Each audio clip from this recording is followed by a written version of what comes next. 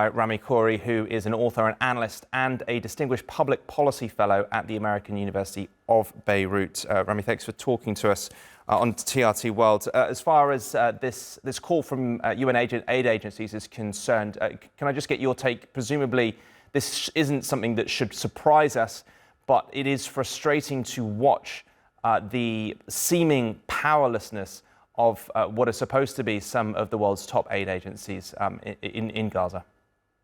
That's correct. That's been going on for quite a while. And it reinforces a very critical point, which I think most people who follow this situation are now aware of, that the constant efforts by Israel, joined by the US and the UK usually, to totally disregard international law and UN resolutions, to kill and maim and destroy lives as much as they want in Gaza and the West Bank and Lebanon and anywhere in the region, and to talk about the future of Gaza without the Palestinians being part of that future.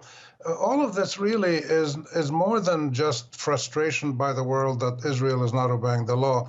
This is a reinstallation of a colonial order that was here for a couple of hundred years under the British and the French in the region, and now is back again. But the partners now are not the Europeans, it's the Israelis and the Americans, and they're trying to enforce their joint dominance of the region. They don't have to physically control the whole region, but they're basically sending the message, which came out of the White House so clear today when Trump was talking in very emotional and moving terms about the pain of the Israeli hostages.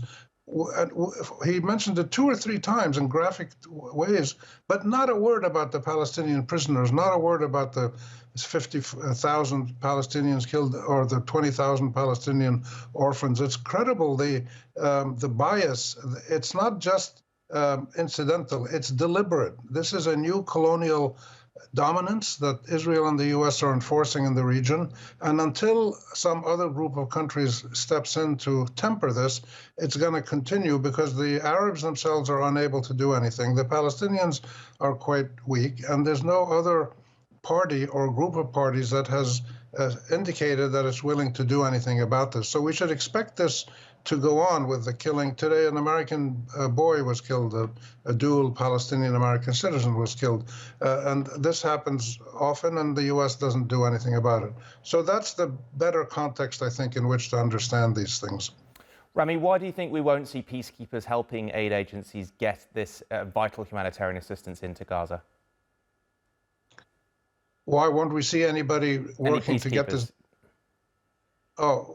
Because the Israelis and the Americans, who are trying to dictate the terms of any next steps in Gaza, whether it's a ceasefire, prisoner and hostage exchange, new governance system, whatever it is, the U.S. and Israel want to dictate the terms that suit them.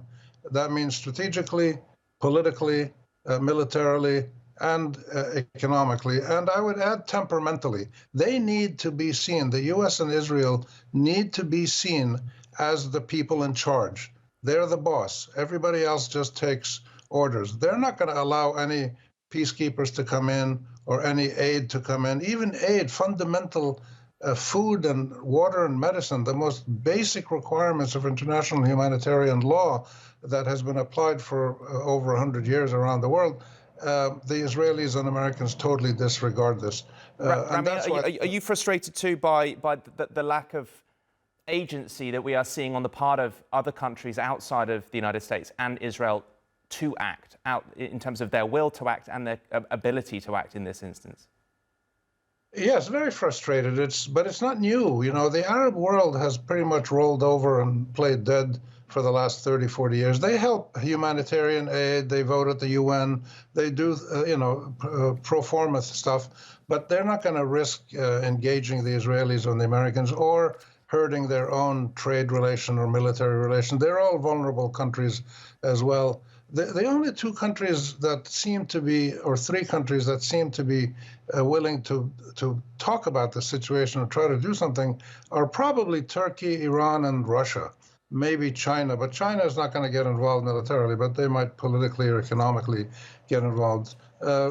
Turkey, Iran, and Russia have spoken out more forcefully. They've tried to get some things moving, but they don't have the power on their own to do this. And the Israelis and the Americans have made it clear they will just bring in their firepower and kill anybody who gets in their way. Rami, thanks so much for that. That's Rami Khouri, Senior Policy Fellow at the American University of Beirut. Thank you again.